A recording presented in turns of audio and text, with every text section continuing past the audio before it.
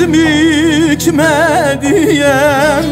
Kimim var ki canım benim? Ben derdimi kime diyem? Kimim var ki canım benim? Hangi birini söyleyeyim? Çürümüş her yanım benim. Hangi birini söyleyeyim? Çürümüş her yanım benim. Anam mı var boynum bükem? Kardeş mi var içim dökem?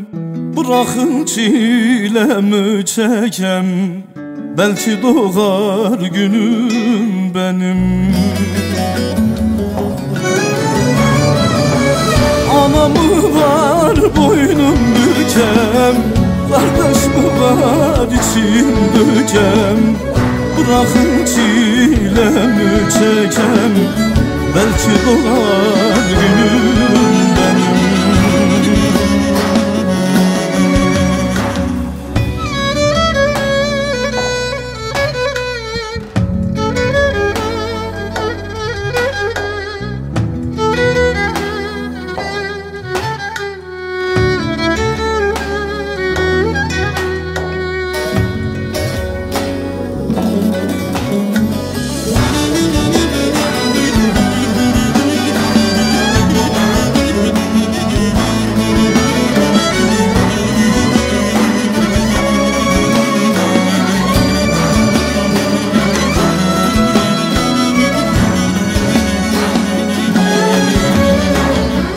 Kuruttular pınarımı, devirdiler çınarımı.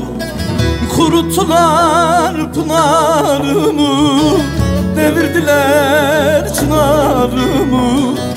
Dağladılar her yanımı, alevlerde tenim benim. Dağladılar her yanımı, alevlerde tenim benim. Anam mı var boynum büke? Kardeş mi var içim dökem? Bırakın çilemi çekem, belki doğar günüm benim. Anam mı var boynum büke? Kardeş mi var içim döke? Bırakın çilemi çekem, belki doğar günüm benim. Ah aman